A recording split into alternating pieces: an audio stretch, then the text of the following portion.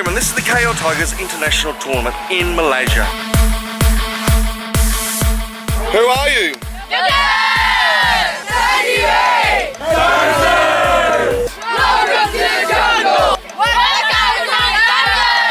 And welcome to the jungle.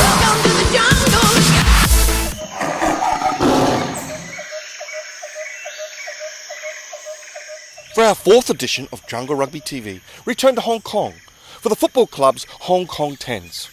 But before we do that, it's over to Malaysia, Kuala Lumpur to be exact, for the KL Tigers Junior International Tournament. We got 146 teams here from around the region. Teams coming in this time from Hong Kong. We have ages from under 6 through to under 18, plus girls touch rugby. One of the reasons for the success has been due to the support they get from their sister club, the infamous Leicester Tigers of England. It's been going for 4 years now, I think, but it's the first time I've been here and I'm absolutely amazed. It's huge.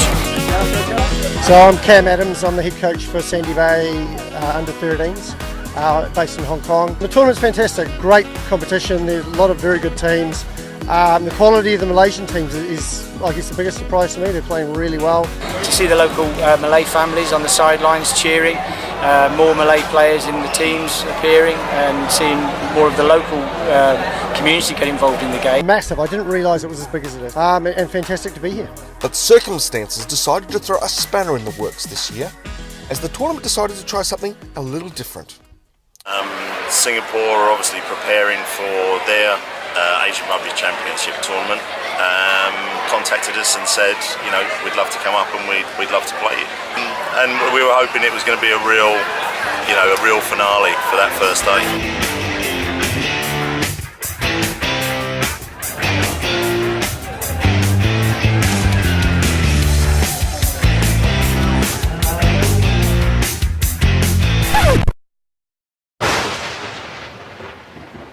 What happened?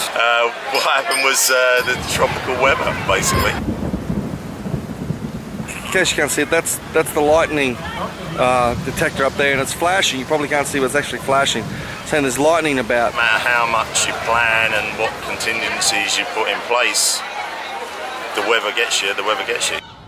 As well as losing the remainder of the Singapore game, the tournament lost 2 hours of play. Can the KL Tigers bounce back? Can they? What? What do you think helped you overcome those obstacles? Just good people. Just good people, and that's the thing about our club, that, you know, it is a community, and it's a special community.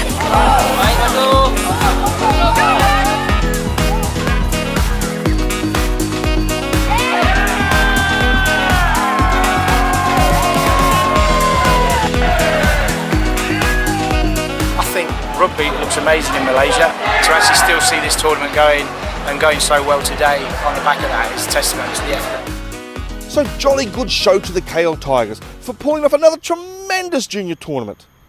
But hold on to your hats, it's time for the Hong Kong Tens. Ever since we started filming Asian rugby tournaments way back in 2014, we've noticed members of the Hong Kong rugby community participating as well. From Laos to India, these Hong Kong folk have been pouring their talents, time and finances into Asian rugby. Which begs the question, what is it about Hong Kong rugby that leads to such generosity? What is happening there? So I have decided to go to Hong Kong for the very first time to find out for myself. And there is no better time to take this journey than Rugby Week 2018. The week leading up to the legendary Hong Kong International Sevens.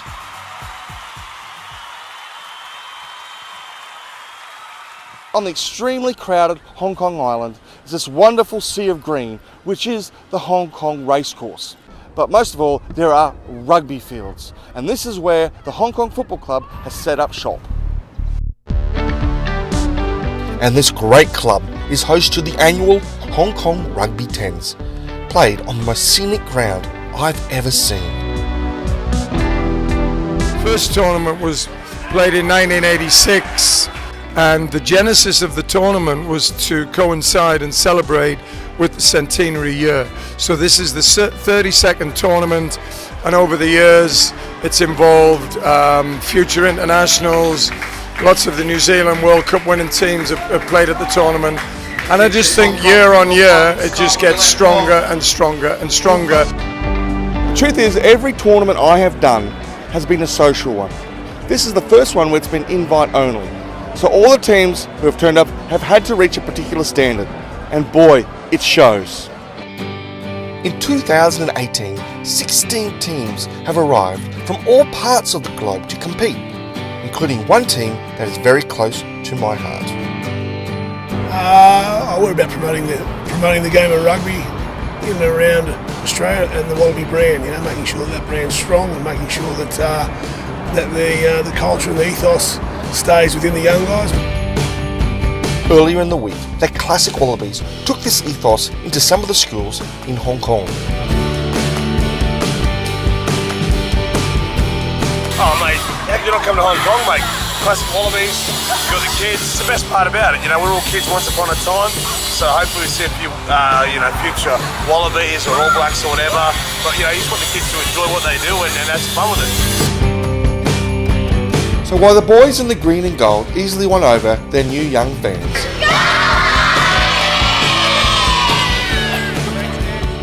they had no such luck at the tournament itself, where they were knocked out by the Taikoo Place Scottish Exiles.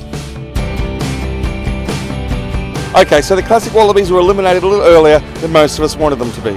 But the truth is, they were very well received. After the game, kids came out to get them to sign the balls and their posters. And then Classic Wallabies created a guard of honour for the next two teams that come out to play. It's about those nice little displays, and and we try to definitely live the stuff we talk about in rugby. Wasn't what we wanted out there, but still, we had fun. Everyone played in the right spirit. But look, at the end of the day, rugby is the true winner here, mate. I would love to see the gold jersey come out again, not just because I'm an Australian and not just because I love the green and gold jersey, but because it does represent Australia participating in World Rugby along with everyone else that we're seeing here this week. Another one of those teams came from the very opposite side of the world. We've got a team here in the Thames. It's called Projects Waterboys Rugby for Scottish rugby club players who are not professional. It's amateur rugby come together to play against some world-class boys. We just played against 5 current Fijian Sevens boys, so it's a very good level, and love it every minute of it. Project Waterboys are also a team with another purpose: to support this man and his cause, a fellow Scot named Dotty Weir. Dotty Weir is one of the most likeable, lovely big 6'8" beanpole type second row forwards. Played for Scotland over 60 times. He played for the British Lions in the Victorious Tour in '97. 15 months ago he announced that he had motor neuron disease, and he has dedicated his life to what he's got left, to raising money to try to find a cure. For us, he's a Scottish idol. Boys look up to him, and the Water Boys have a great connection with Dotty Weir for what he's done for Scottish rugby. So we're hoping just to kind of raise awareness and give back as much as we can. And we then spoke to Scott Hastings, who's a legendary British Lion Scottish rugby player, who's the chairman of Dotty's trustees, and we asked if we could sponsor, have his name on the jerseys, and we would donate everything, all our fundraising. The money goes to the foundation. It wasn't until later that night that I realised just how important Dotty was for all the Scotsmen gathered at the Hong Kong Tens. As the sun faded and the finals kicked off, I was following the winning team on their lap of honour and was suddenly struck by the emotion coming from the Scottish supporters.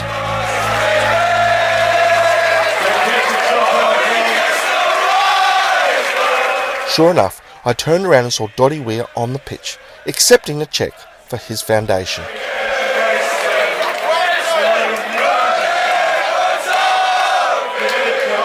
I think rugby across the board, there's no other sport that gives back like rugby does. So for us to help out Dotty's foundation is great for us.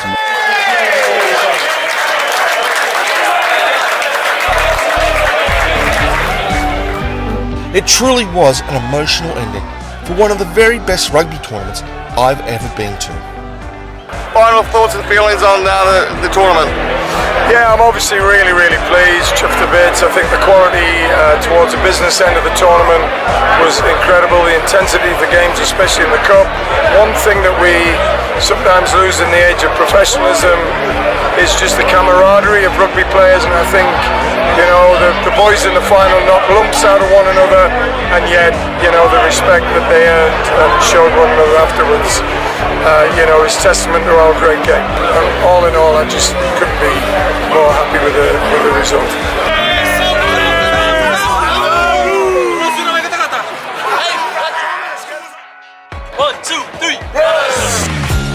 Morning after the night before. The night before was the Kowloon Rugby Fest dinner. Tried some selected beverages. I mean, it's always a dream to come to Hong Kong and to play sevens in Hong Kong. It's what it's all about. Now we're really looking forward again to playing in that great stadium. If you don't put your best side out against Fiji, you're going to get punished. Alright, ladies and gentlemen, it looks like we've run out of time. So we must send out a huge thanks to our two main clubs this month, the KL Tigers and the Hong Kong Football Club. Next month we touch down in Burma for their first ever rugby tournament, the 2018 Indochine Cup. Can't wait to show you that. And finally we're back in Kings Park, Hong Kong for the Kowloon Rugby Fest, a social festival you don't want to miss. Ladies and gentlemen, this is Jungle Rugby TV, connecting Asian rugby.